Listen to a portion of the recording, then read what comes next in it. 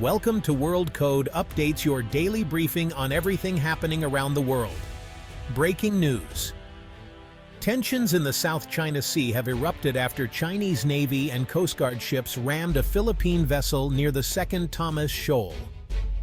A routine resupply mission for Filipino Marines stationed on the grounded BRP Sierra Madre turned into a dangerous confrontation.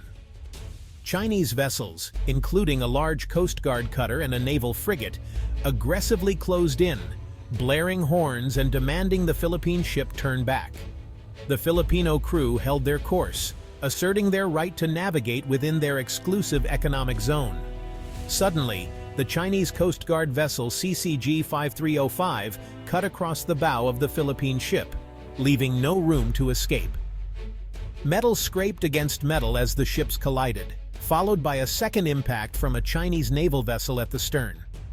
The Philippine vessel suffered a large gash and damaged navigation equipment, but no serious injuries were reported. This was no accident. It was a calculated act of intimidation to halt a legitimate mission. The Philippine government condemned the incident as a brazen act of aggression. The world is now watching to see how Manila and its allies will respond to this dangerous escalation. The collision highlights the daily risks faced by Filipino sailors and fishermen in these contested waters. This event marks a significant escalation in the ongoing dispute between Manila and Beijing. The South China Sea, vital for global trade, is now a flashpoint for potential conflict. The risk of miscalculation has never been higher. The Second Thomas Shoal, or Ayungin Shoal, lies well within the Philippines' exclusive economic zone, about 105 nautical miles from Palawan. The BRP Sierra Madre, grounded there since 1999, serves as a symbol of Philippine sovereignty. The August 11th resupply mission was routine, until China's blockade turned aggressive. 4 Chinese vessels formed a cordon, boxing in the lone Philippine supply ship. The Chinese Coast Guard cutter executed a dangerous bow crossing, forcing a collision that buckled the hull. As the Filipino crew assessed the damage, a Chinese naval frigate struck the ship's rear. This coordinated assault was designed to make resupply missions so perilous that the Philippines might abandon its outpost. If the Marines on the Sierra Madre can't be supplied, China could seize control of the shoal. The use of both Coast Guard and Navy assets blurs the line between law enforcement and military action. This was not a random act, but a strategic move in China's campaign to dominate the South China Sea. The stakes for regional security have never been clearer. Despite the collision, the Philippine crew acted with resolve, immediately sending a distress call and documenting the incident. The Philippine Coast Guard released clear video evidence of the Chinese ship's aggression. Commodore J. Tariella publicly condemned the deliberate and dangerous actions by China, calling them violations of international law. The damaged supply ship returned to port, escorted by the Coast Guard. President Ferdinand Marcos Jr. convened an emergency meeting and declared the Philippines would not be intimidated. A formal diplomatic protest was lodged with China. The failed resupply mission has only strengthened the Philippines' resolve. Plans are underway for a more robust escort on the next mission. The incident has united lawmakers, civil society, and citizens in support of defending Philippine sovereignty. The collision is now a symbol of the nation's determination to stand up to a larger neighbor.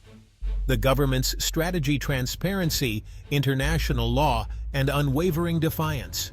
The world is watching Manila's next move. This collision is part of a long pattern of Chinese harassment in the South China Sea. Chinese Coast Guard vessels have used water cannons and swarming tactics to block Philippine ships and fishermen. Maritime militia fishing boats often surround and intimidate Filipino vessels, creating blockades without firing a shot. Dangerous maneuvers and near collisions have become common, violating international navigation rules.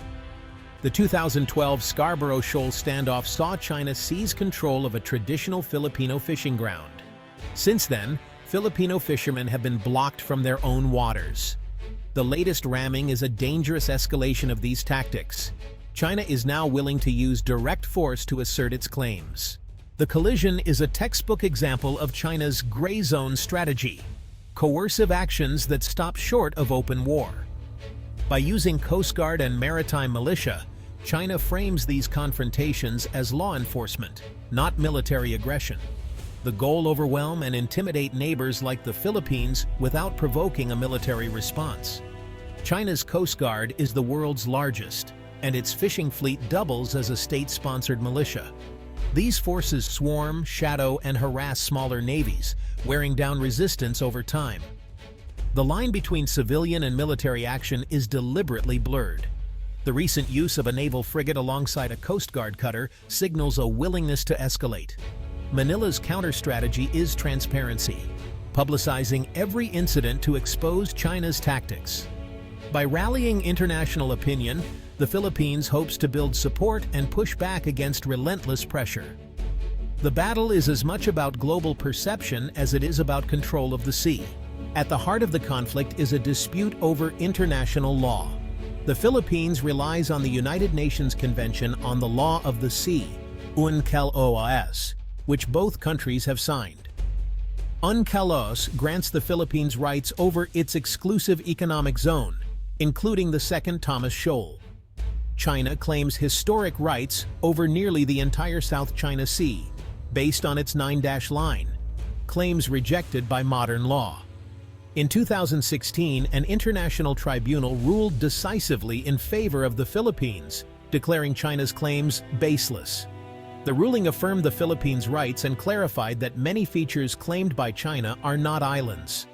The decision is final and legally binding, but China has rejected it outright. Beijing continues its aggressive actions, defying the tribunal and the rules-based order. The recent collision is not just an attack on a ship, it's an attack on the principles of international law. The world now faces a test. Will the rules be enforced or ignored? The answer will shape the future of the region. In response to China's defiance, the Philippines has launched a robust diplomatic campaign. Manila is building a coalition of international support, briefing allies and presenting clear evidence of China's illegal actions. The 2016 arbitral ruling is at the center of every diplomatic effort, framing the dispute as law versus expansionism. The Philippines is strengthening security ties with the United States, Japan, Australia, and others. Joint naval exercises and coordinated statements reinforce Manila's position. By internationalizing the issue, the Philippines leverages its commitment to law and its alliances.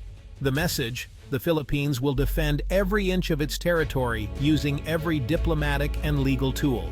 The world is being called to stand with Manila for a free and open Indo-Pacific. The August collision drew swift condemnation from the international community. The United States reaffirmed its defense commitments to the Philippines, calling China's actions irresponsible and aggressive. Japan, Australia, Canada, the UK, and the EU all called for respect for international law and the 2016 ruling. Manila's transparency, releasing video evidence, made it impossible for Beijing to control the narrative. China's denials rang hollow in the face of clear proof. This global chorus of support puts diplomatic pressure on Beijing and emboldens Southeast Asian nations. The world is signaling that the South China Sea is not just a regional issue, but a matter of global concern. The stability of international trade and the rule of law are at stake. The collision has pushed the South China Sea closer to open conflict. At stake is freedom of navigation in one of the world's busiest trade routes. If force prevails over law, global economic security is threatened. The 2016 arbitral ruling offers a legal path forward, but China's rejection undermines the rules-based order. For the Philippines, this is a fight for sovereignty, resources, and the livelihoods of its people. The courage of Filipino sailors and Marines is a symbol of national determination. The world must support the Philippines and insist on respect for international law. The peace and stability of the region depend on a unified response. The message is clear: coercion and intimidation cannot be tolerated. The future of the South China Sea and the global order hangs in the balance.